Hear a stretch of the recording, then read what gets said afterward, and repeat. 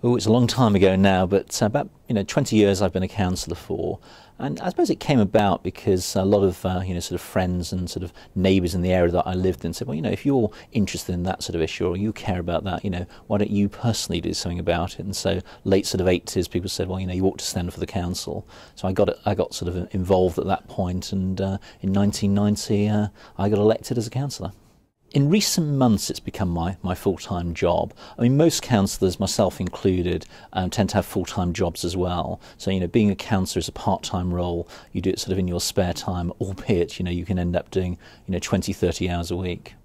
Then very few people are backward in sort of coming forward, so to speak. I mean, I live very close to the area I sort of represent, and a lot of the time, people will literally approach you in the street. But I get, a lot of emails, I get a lot of phone calls, and if you're part of a community and you're involved in that community, it soon becomes very clear to you, what people are interested in, what people want. And so people are not very slow in coming forward to tell you exactly what they think about things. The way the system works here is that the cabinet of 10 are the ones that can take executive decisions on behalf of the council, and then other members of the council have roles in policy and scrutiny committees in scrutinising the decisions that the cabinet actually take. But also every councillor still has a role in terms of representing their local community and making sure that the individual interests of that local community are taken into account, by the cabinet. So although the cabinet might have the executive power to take decisions, they have to do so in the knowledge of representations from all the ward councillors and a knowledge of what people care about, what people are interested in, and what people actually want to see happening.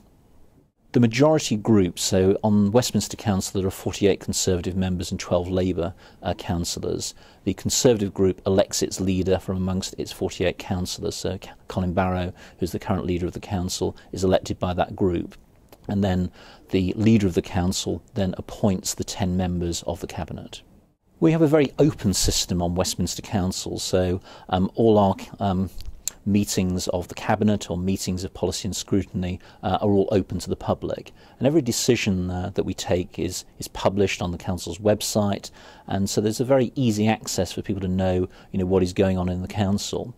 I suppose the most visible activities that the council has are its planning applications. We have about 10,000 planning applications a year. The administrative side of the council is the SCB and all the other people that work for the council. Their job is to do the professional work, to prepare the options, to look at the key issues that arise in terms of the council's work, and to prepare papers and information so that cabinet members can take knowledgeable decisions based on the information that comes forward. So it's very much a partnership between the people that work for the council and the council in terms of decision making. My role, because I'm a cabinet member, can be quite diverse and quite sort of varied. I mean, it can range from I will often get phone calls or emails from members of the ward that I represent, and they can be asking me about all sorts of things, whether it's to do with refuse collection, it could be to do with housing benefit, it could be to do with a planning application, whatever it sort of might be. So quite often I get some ward things on a daily basis to deal with, and at the same time I'm quite often looking at individual cabinet decisions I might be taking as a sort of cabinet member. So the day can be quite sort of varied, and Westminster has quite a high profile as well, so quite often I might be doing television interviews or radio interviews. So there's a very varied sort of